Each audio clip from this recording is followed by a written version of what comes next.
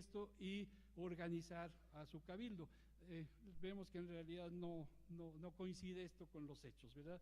Normalmente el presidente define todo y los cabildantes participan a su manera, de acuerdo a su procedencia, de acuerdo a lo que más o menos se les haya encomendado, etcétera, ¿verdad? Pero pues no es exactamente lo que realmente se esperaría del cabildo.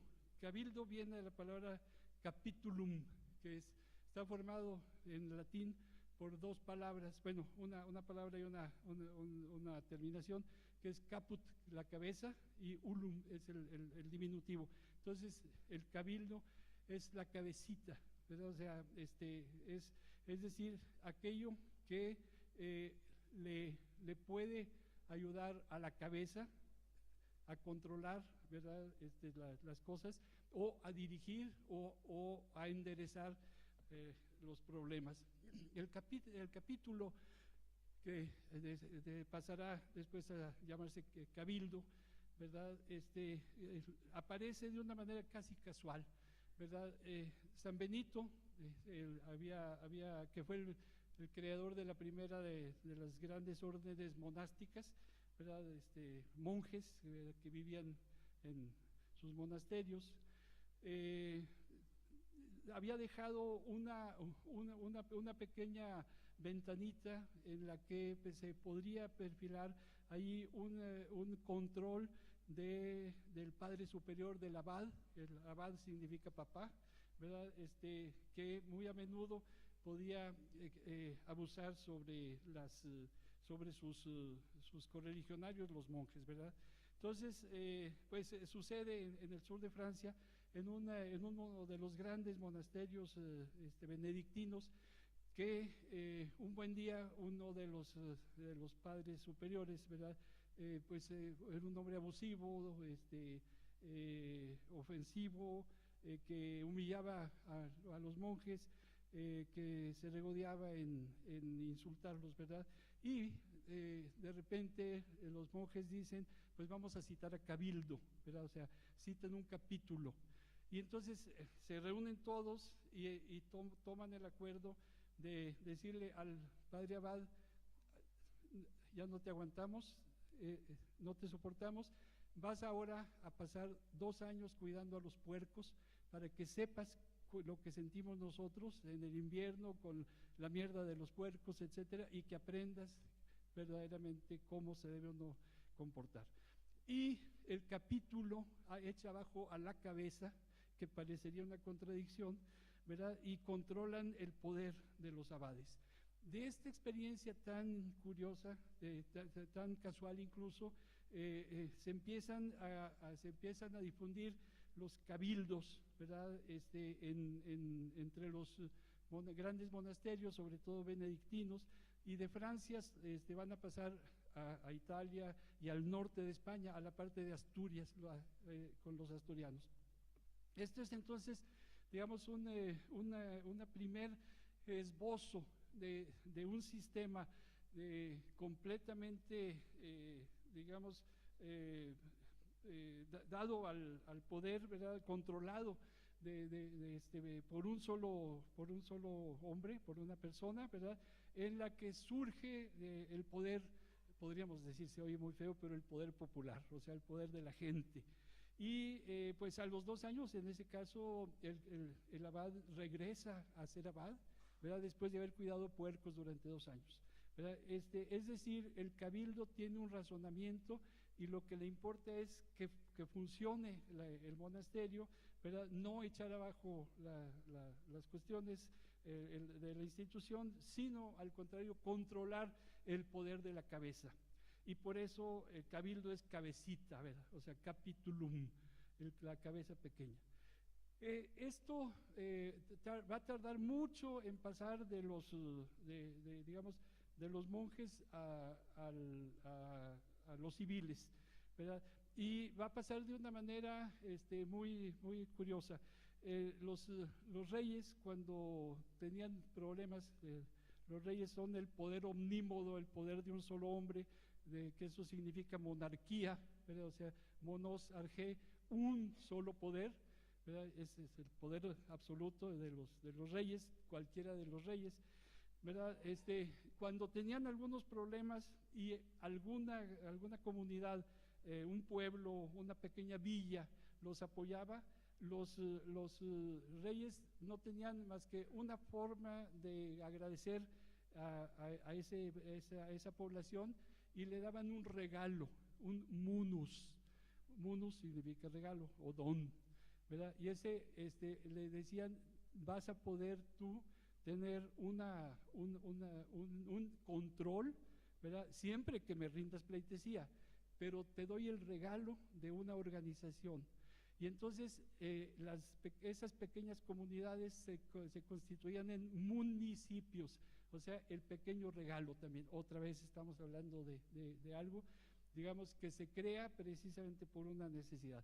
Entonces tenemos al municipio como el don del rey para agradecer a comunidades. Sabemos que las comunidades que se liberaron y que empezaron a crear municipios en la España visigoda serían los de Castilla, posteriormente los de Cataluña y luego tardíamente los vascongados. Pero empieza a haber pequeños municipios, o sea, pequeños dones que el rey les permite a algunas aldeas, ¿verdad? O sea, por los servicios que le han dado a su majestad, o a ambas majestades también, porque eso se repite con mucha frecuencia. Ambas majestades son Dios y el rey, por supuesto. Y, por ejemplo, en la lucha contra los moros, se dan como obsequio muchas libertades, o sea, si quieren ustedes, se crean municipios, o sea, se crean dones de participación. Entonces tenemos un primer esbozo de cabildo medieval del siglo XIII y el nacimiento del municipio más o menos del siglo XV, ¿verdad? Y que va a llegar a América también de diversas maneras. La idea entonces sería que estos municipios van a tener como objetivo, ¿verdad?, ir creciendo e ir apropiándose de ciertas posibilidades de participación o también del desarrollo interno. Y aquí, bueno, no voy a repetir cosas que todos saben, pero pues van a nacer los burgos, ¿verdad?, de donde nacen los burgueses, que son también villas especializadas en determinadas cuestiones, como es la vidriería, como es el dominio del plomo, del hierro, etcétera, ¿verdad? Pero todos con estas dos posibilidades. Hay un municipio y ese municipio está, digamos, dominado por un cabildo. Es decir, el cabildo es la oposición contra la repetición del esquema fundamental, que sería un solo poder: el poder del abad, el poder del rey, que son, digamos, un solo personaje que es el que, digamos, domina el poder. Aquí el cabildo asegura que nadie se apropia del poder, que no haya un solo personaje dominante, sino que vayan participando. Y vamos a ver cómo en las repúblicas de indios que el rey Carlos V va a aprobar para América, no porque tuviera ganas, sino porque no tenía otra posibilidad de agradecer a los tlaxcaltecas el apoyo que recibió Hernán Cortés para derrotar a los mexicas o aztecas, ¿verdad? Y acepta el cabildo tlaxcalteca y le llama el mismo Carlos V República de Tlaxcala. Esto es una cosa muy interesante, porque prácticamente república es también, de nuevo, vamos a las palabras, ¿verdad?, lo que interesa a las cosas públicas, lo que es de todos, ¿verdad? Res pública, cosa pública. Y entonces Carlos V entrega a los tlaxcaltecas esta posibilidad. Aquí hago un paréntesis para que se pueda entender bien las cosas. Ustedes saben que, bueno, posteriormente va a venir a Saltillo un grupo de tlaxcaltecas de Tizatlán, ¿verdad?, el lugar blanco, y que pues aquí llegan con su propio cabildo y con sus propias instituciones, ya después de 3 generaciones de que Carlos V les había dado este privilegio, ¿verdad? Porque es el único caso, ¿verdad?, en que el rey Carlos V nombra hidalgos a quienes participan de estos cabildos indios, ¿verdad? Tenemos aquí, por ejemplo, que los únicos hidalgos que había en Saltillo, en la comunidad tlaxcalteca de San Esteban, eran tlaxcaltecas. Evidentemente, a ver, me dirán, pues es normal. No, no es normal. No había ni un hidalgo que fuera español, ni uno. Francisco de Urdiñola, en ningún documento se le encuentra que se llame Don Francisco. No, búsquenlo, no existe. Es Capitán Urdiñola, evidente, pero jamás se le dice Don Francisco. En cambio, a los tlaxcaltecas todos eran Don, porque habían recibido un privilegio real, ¿verdad?, de hacerlos hijos dalgo, fijos dalgo o hidalgos, ¿verdad? Entonces, vemos de cómo, digamos, estas dos instituciones que nacen en Europa de una manera prácticamente casual, ¿verdad?, van a llegar a América de una manera mucho más ordenada por un decreto del mismo rey, ¿verdad?, o sea, el rey más poderoso de la tierra en ese momento, y que no tiene de otra más que soltar un poquito de poder para afianzar el suyo, porque cuando el rey se da cuenta, inmediatamente, tanto en Perú como en Venezuela, había toda la posibilidad de que los españoles que llegaban aquí se independizaran de España y crearan sus propios reinos. Y la manera de controlar también es dando poder a los oriundos de América. Entonces, tenemos nosotros esta entrega de un cierto poder representativo y de decisión, ¿verdad?, por medio de estos munus o municipios o dones, ¿verdad?, regalos del monarca. Evidentemente que esto sí nos muestra una forma de participación muy especial. Voy a decirles así rápidamente cómo se organiza aquí. Los tlaxcaltecas juntan las dos formas institucionales, la europea, ¿verdad?, que es el municipio cabildo, la república también, que es, bueno, es romana, y lo juntan con sus propias instituciones, que es el altépetl, es decir, el señorío, ¿verdad? Y en cada señorío tlaxcalteca, la manera de participación es la división en barrios, ¿verdad? Y eso lo implantan inmediatamente en Saltillo, ¿verdad? En Saltillo, en San Esteban, va a haber los 4 barrios, ¿verdad?, como los ha habido pues, por un milenio en Tlaxcala, ¿verdad? Y la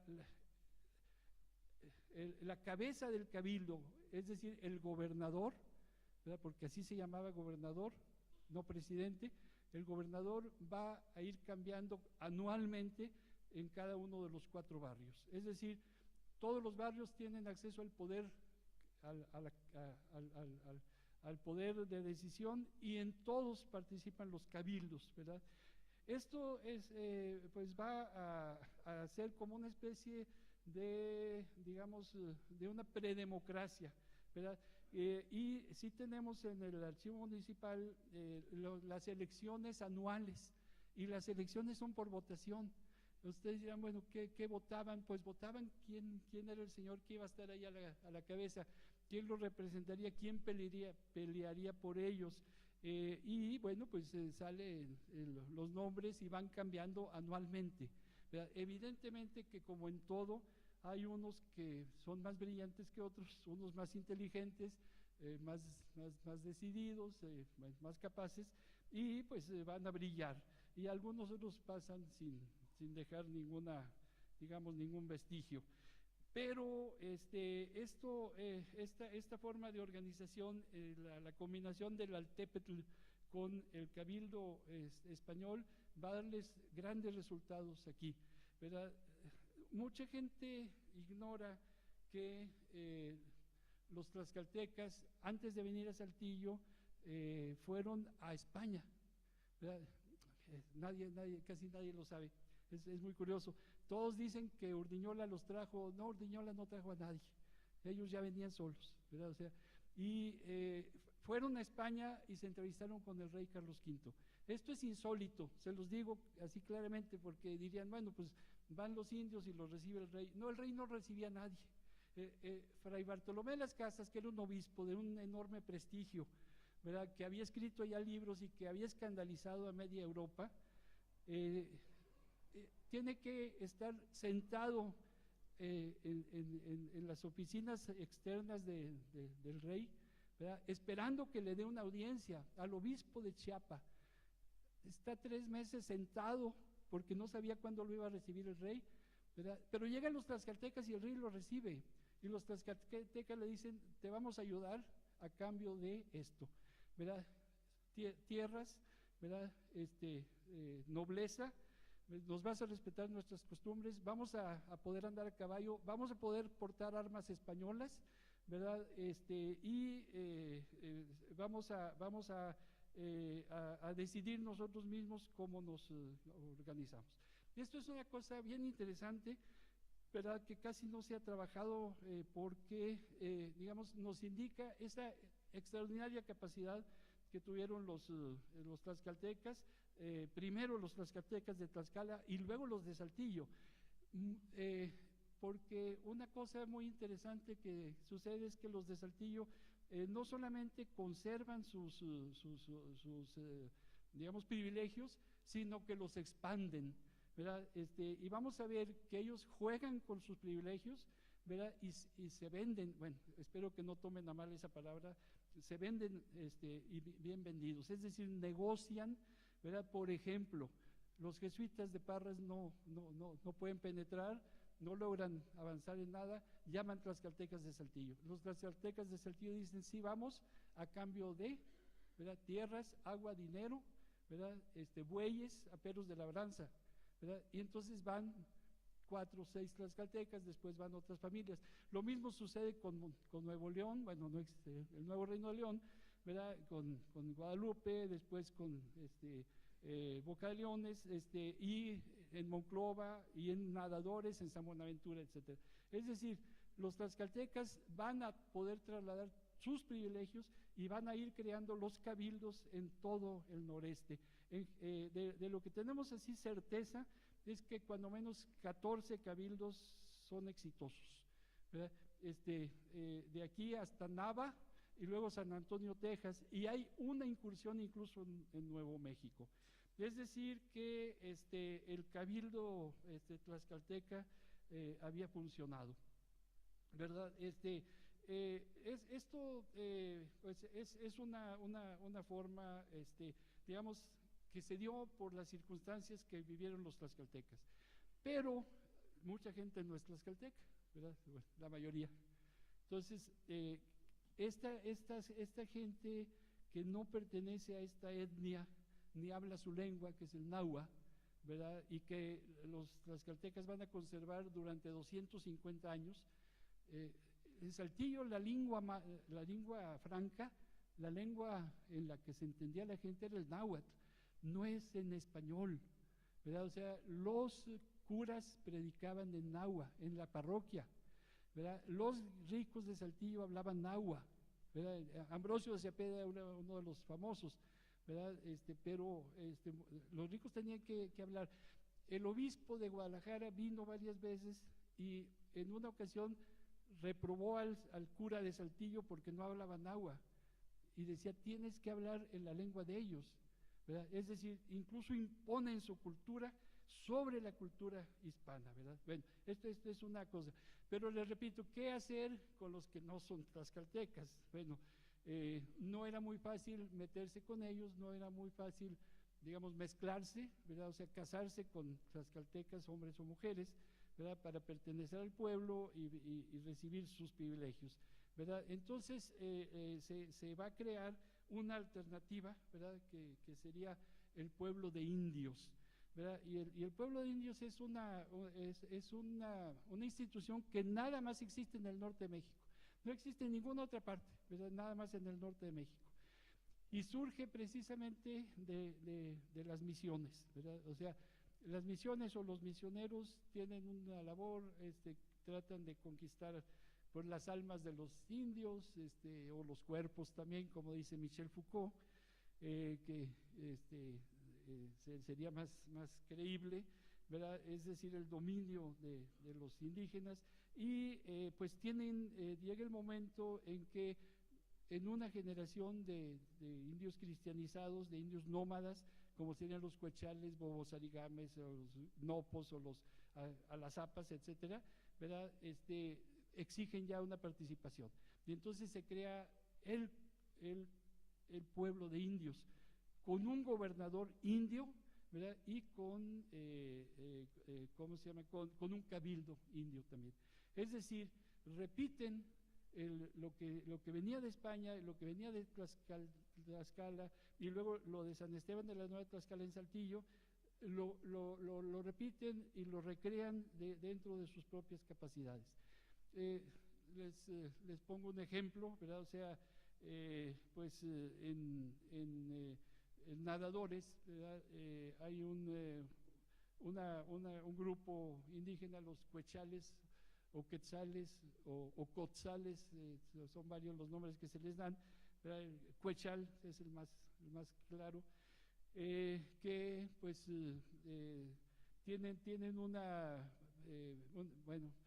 acercamiento a los sacerdotes, a los franciscanos muy evidente, ¿verdad? Y entonces, al transformarse en pueblo de indios, ¿verdad?, es tan importante la creación de ese pueblo que el virrey de la Nueva España nombra desde la Ciudad de México al gobernador, le manda un documento en donde lo nombra gobernador, ¿verdad? Gobernador es clara la palabra, o sea, gobernar, dominar, mandar, ¿verdad? O sea, y le manda la vara de mando.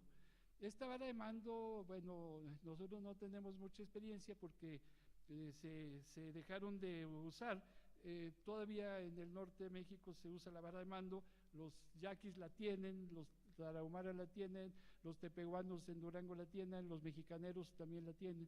Es decir, además de que tú eres gobernador, tienes un símbolo externo de poder, ¿verdad? Y esto, bueno, es algo bien interesante que también viene, no digamos de la Edad Media, sino de la Edad Antigua, ¿verdad? O sea, el símbolo del poder, ¿verdad?, era el cetro, ¿verdad? Y este cetro se va a ir transformando lentamente en una vara de mando, y una vara engastada en plata, etcétera. Bueno, don Diego, o don Dieguillo, que es un indio, ¿verdad?, recibe el nombramiento del virrey y también la vara de mando. Y empieza a participar y a organizar no solamente su propio pueblo de nadadores, sino que incursiona en otros pueblos y organiza a otros pueblos. Y pues, no todos los indios nómadas, ¿verdad?, van a seguirlo, ¿verdad? Hay algunos que buscarán y encontrarán alternativas de poder o de lucha, ¿verdad? Como por ejemplo un primo de don Dieguillo, ¿verdad?, que es Nicolás el Carretero, ¿verdad?, que es también nombrado gobernador, funda su propio pueblo, ¿verdad? Y pues él no está contento con depender de los españoles, con hacerles el juego, ¿verdad? Y pues va a participar de una manera pero muy diferente, o sea, por medio de la violencia, la lucha, el ataque a los españoles, ¿verdad?, el secuestro, etcétera. Y hay cosas tan curiosas, tan interesantes, que por ejemplo este grupo de indios, ¿verdad?, va a adoptar muchos elementos de la cultura española y los va a integrar en su propia cultura. Un ejemplo así muy simple, ¿verdad?, la Virgen María. Van a tener con la Virgen María un acercamiento muy curioso, ¿verdad?, los indios, porque no les cabía en la cabeza Jesucristo, ¿verdad? O sea, un ser maltratado, crucificado, sangrante, no puede ser Dios, ¿verdad? O sea, en cambio la Virgen María es una madre, la madre de todos, la que arregla los problemas, etcétera. Y van a empezar a jugar con esto de una manera genial, ¿verdad? Inventan las apariciones de la Virgen María. Esto es curioso, porque si nosotros vamos hacia el sur de México, pues vemos que a Juan Diego se le aparece la Virgen, y etcétera. Y de ahí surge Guadalupe. Aquí es algo parecido, pero de una manera muy nomádica, muy de los indios de acá, ¿verdad? Crean las leyendas de las apariciones de la Virgen María desde San Buenaventura y Nadadores hasta Monterrey. Y le dicen a los españoles, viene la Virgen a visitarnos. Y se empieza en los pueblos, como ahora mismo, los chismes son lo que más se expande, ¿verdad? Y la gente empieza a decir, se les está viniendo, bueno, la Madre de Dios, etcétera, ¿verdad? Y un buen día Nicolás el Carretero, gobernador de este grupo, ¿verdad? Pues avisa que la Virgen va a venir, pero con su hijo, o sea, viene con Jesús, ¿verdad? Y entonces van españoles al lugar donde los habían citado, ¿verdad? Y los atrapan, y pues los secuestran y los matan, ¿verdad? Es decir, el uso de los elementos del enemigo para ellos, que era digamos la religión y la religiosidad, y la relación con una figura, ¿verdad? Como es la Virgen María. Esto sería, digamos, el segundo de las instituciones de las que quería hablarles, ¿verdad?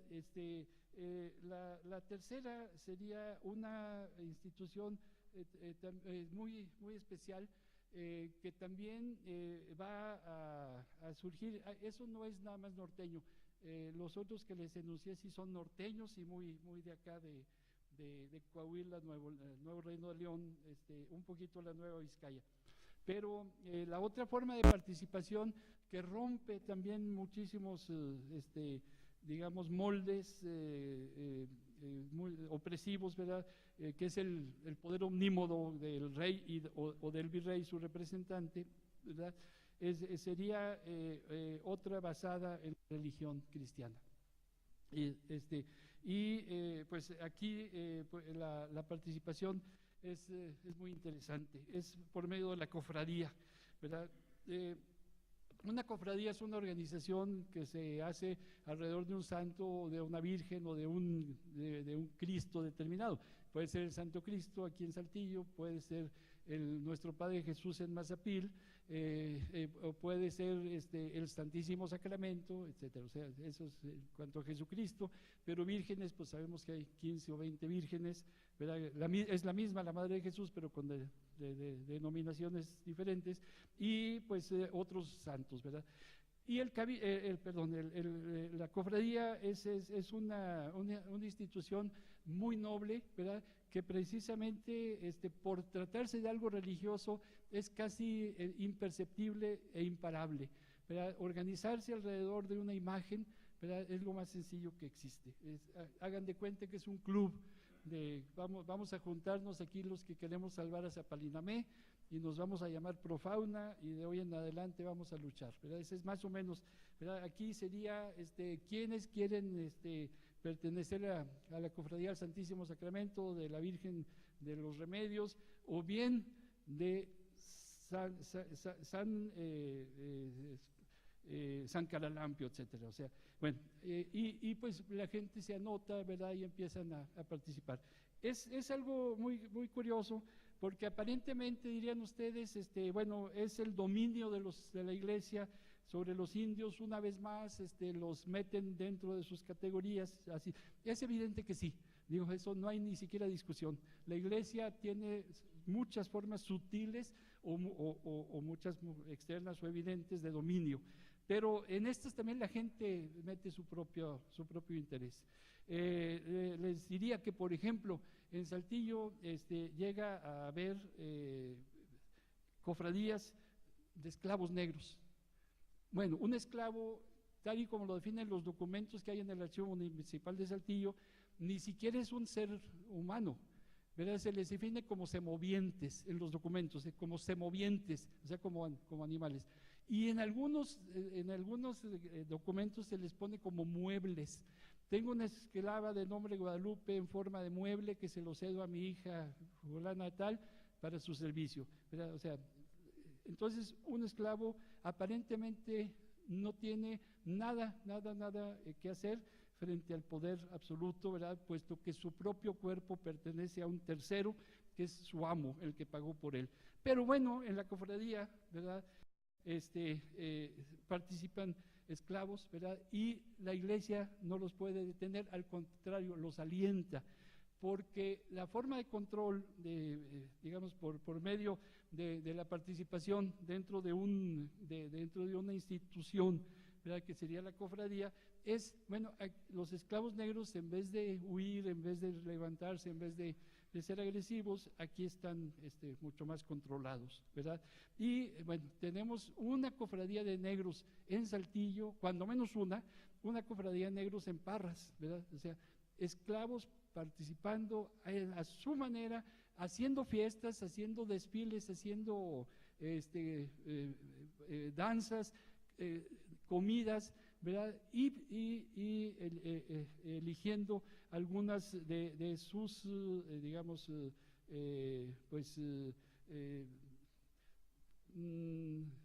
pues bueno, de sus alternativas posibles, ¿verdad? O sea, y bueno, tenemos junto a estos, bueno, que evidentemente no son de una gran capacidad de decisión, tenemos algunas que son más simples.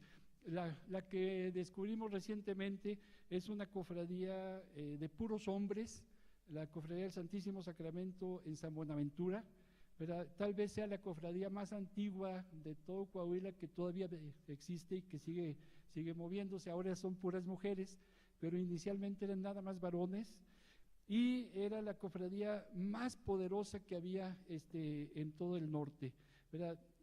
Era una cofradía que empezó a producir algodón, trigo, ¿verdad? Harina, tenían molinos, y adquieren 200 mulas que las rentan a los arrieros, ¿verdad? Hay un reglamento de mulas muy interesante que también viene ahí, por el que hagan de cuenta como si fueran camiones de Torton, ¿verdad? O sea, si se le poncha una llanta, pues tú se la pagas, etcétera. Ahí también, si las mulas por maltrato las entregas golpeadas, bueno, tienes que pagar, excepto si le cae un rayo o si la pica una víbora. O sea, había toda una reglamentación. Bueno, esta cofradía del Santísimo Sacramento de San Buenaventura va a tener un poder tan grande, ¿verdad?, que se enfrenta al poder de los sacerdotes, ¿verdad? O sea, tomaban sus propias decisiones y el cura tenía que aceptar digamos, lo que ellos habían definido, ¿verdad? Bueno, yo creo que ya me extendí mucho. Simplemente, quería plantearles estas instituciones predemocráticas. La palabra es mala, creo que no obedece, porque nadie pensaba en democracia. Es mentira, o sea, bueno, todavía ahorita batallamos para saber qué es la democracia, y fue inexistente, y tiene que ser inexistente en un lugar dominado por la monarquía, ¿verdad? O sea, por un solo poder, el poder absoluto del rey. Pero también, ya para terminar esto, también la monarquía tenía sus propias formas de dominio, pero no todas eran obedecidas, ¿verdad? O sea, tenemos aquí casos increíbles de desobediencia flagrante al rey de España, ¿verdad? Por la que el alcalde de Saltillo, por ejemplo, recibía una orden por escrito del rey, ¿verdad? Y el alcalde tomaba aquel escrito, que se lo traía un mensajero, y se lo ponía sobre la cabeza ¿cómo se llama?, muestra de aceptación, y decía, lo acepto pero no lo obedezco, ¿verdad? O sea, entonces, es bien interesante esto, y no es una sola vez que sucede, ¿verdad? O sea, es con cierta frecuencia. Y bueno, pues esto va precisamente a propiciar algunas formas de participación, ¿verdad? O sea, y esas formas de participación van a ser muy diferentes. ¿verdad? La participación tlaxcalteca, ya se los dije más o menos, la participación de los indios nómadas en forma de pueblos de indios y de cabildo, ¿verdad? La participación de algunos eclesiásticos verdaderamente generosos, entregados, y también pues la lucha de muchos españoles pobres por mejorar sus vidas, ¿verdad? Evidentemente que el cabildo, ¿verdad? El municipio, la República de Indios, el pueblo de indios y las cofradías se van a enfrentar continuamente pues con los problemas normales, ¿verdad? O sea, que son los problemas que existen en cualquier lugar, ¿verdad? Pero también y muy especialmente con la enorme corrupción que había en la Nueva España, ¿verdad? O sea, esto es lo que va a problematizar muchísimo a estas, digamos, instituciones predemocráticas de la era virreinal en el norte de México, ¿verdad? Y pues yo creo que con eso termino, les agradezco mucho.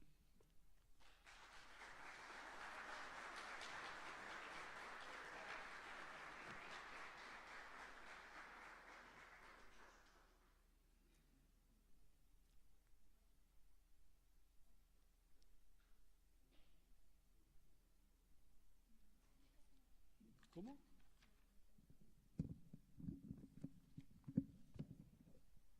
Le agradecemos mucho al doctor Valdés su participación en este diplomado y continuamos.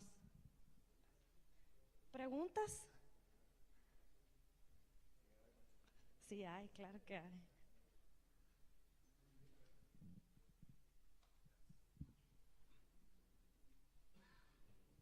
Bueno, gracias por la gran plática que nos ha dado, doctor Valdés.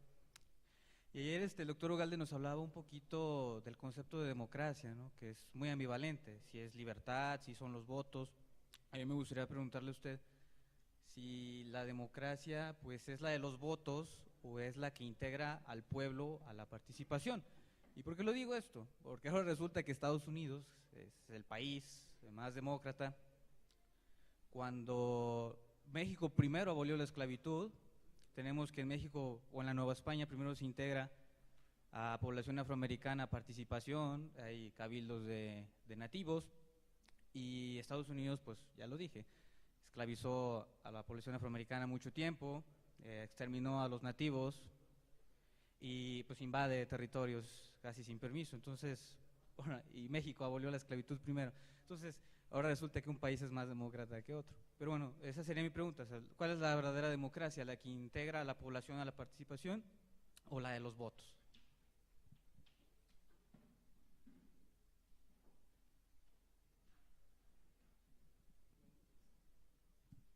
Bueno, me vino a la mente el recuerdo de un cuáquero que viene a Monclova en 1833 a formar una comunidad de amigos, ¿verdad? Que era el concepto que tenían los cuáqueros con respecto a los negros esclavos de Estados Unidos, ¿verdad? Los compraban al sur, ¿verdad? Los pagaban con su propio dinero, los cuáqueros se los llevaban al norte y la idea era trasladarlos por barco hasta Matamoros y meterlos en Monclova para crear una sociedad de amigos, es decir, una especie de pequeña fábrica de arneses y de diligencias que se montaría aquí, y por una desgracia enorme que es lo que la rebelión de los tejanos no se logra implementar. Pero esto es muy interesante para lo que dices tú. Este cuáquero, Benjamin Lundy, fue director de 2 periódicos liberacionistas, ¿verdad? Nada menos que en Filadelfia, Estados Unidos, ¿verdad? Y en 1832, ¿verdad? Él publicó un texto enorme, ¿verdad?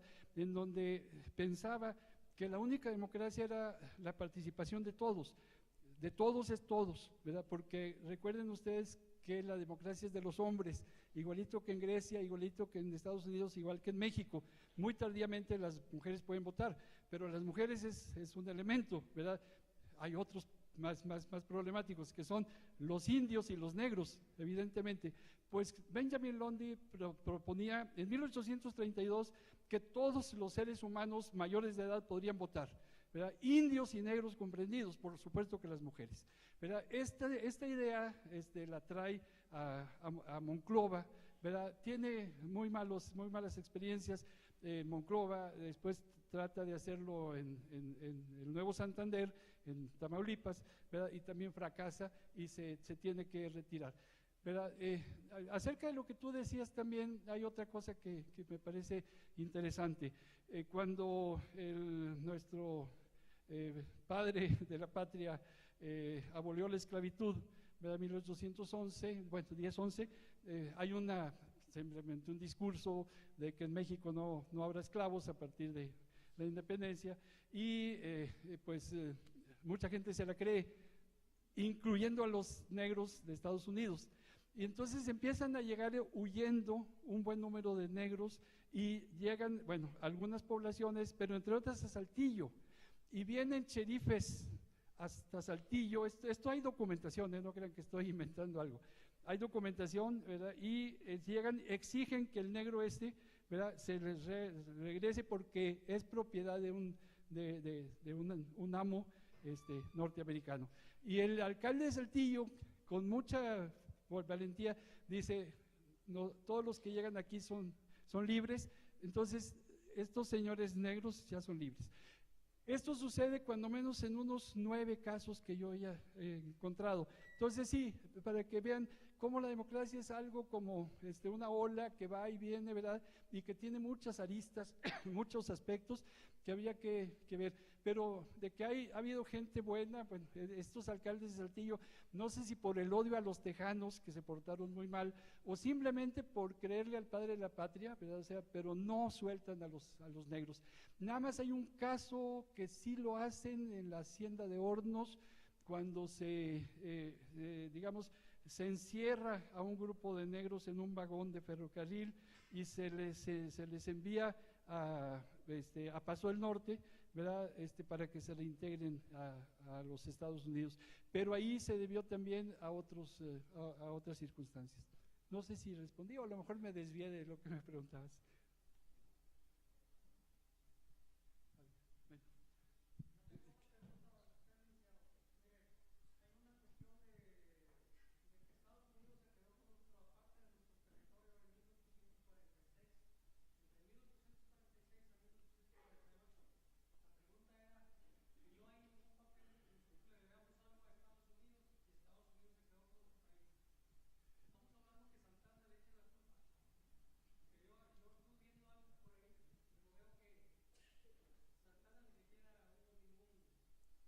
Bueno, sí, la anexión de 2 millones de kilómetros cuadrados de nuestra patria es un acto de piratería, ¿verdad? O sea, con Santana o sin Santana, ellos tenían ya, digamos, la idea, por supuesto, ¿verdad? No solamente eso, señor, sino que todavía a México le cobran por los gastos de guerra. Es decir, después de invadirnos y anexarse nuestro territorio, tenemos que pagarles a ellos por lo que gastaron en venir a matarnos. Esto sigue pasando ahorita, o sea, con los narcotraficantes, ¿verdad? Nosotros ponemos los cuerpos, ellos ponen los drogadictos y somos los que pagamos todo. El comentario más que todo es en el sentido de preguntarte ese tipo de organización tan excelente que tenían ahí los tlaxcaltecas, cómo era su proceso en cuanto a llegar a formar parte de ese cabildo, si era un proceso en el sentido que familiar, hereditario, edad, o la mujer también qué papel participaba, ese tipo de cosas un poquito más en detalle para conocer si en realidad ya era un proceso ya predemocrático o dentro de ellos mismos ya simplemente se daban los puestos en el aspecto familiar o algo, ¿eh? Sí, es buena la pregunta, pero no tengo respuesta, o sea, para no engañarlos, ¿verdad? Es decir, que sabemos que había rotación y que los 4 barrios participaban, esto nada más aquí, sino también en Monclova, en el pueblo de Monclova también sucedió lo mismo, y en Parras también, pero como que cada grupito tlaxcalteca va a tener su propio desarrollo. Por ejemplo, y esto Sergio Corona lo ha desarrollado muy bien para Parras.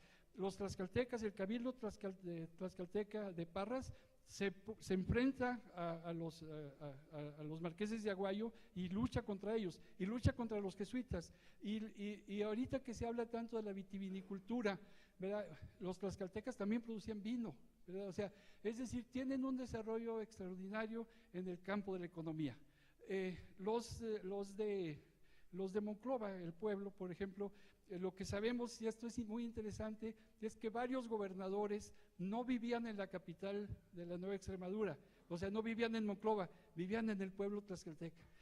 ¿Por qué? Porque estaban más contentos, porque había más productos, porque había más árboles, porque había que comer y se sentían más seguros en el pueblo de indios, que eran indios nómadas con indios tlaxcaltecas, más seguros que en la ciudad española. Esto es muy, muy interesante. Y en cuanto a Saltillo, no tengo la respuesta para darte. Lo que sí sé es que los 4 barrios participaban y que iba rotando el poder. Sí hay una cosa muy clara, que las mujeres no participaban, excepto las viudas. Las viudas sí tenían entrada en el cabildo, ¿verdad? Y más en las cofradías, pero no era una participación así como podríamos decir democrática para nada. No hay que exagerar. Bueno, gracias.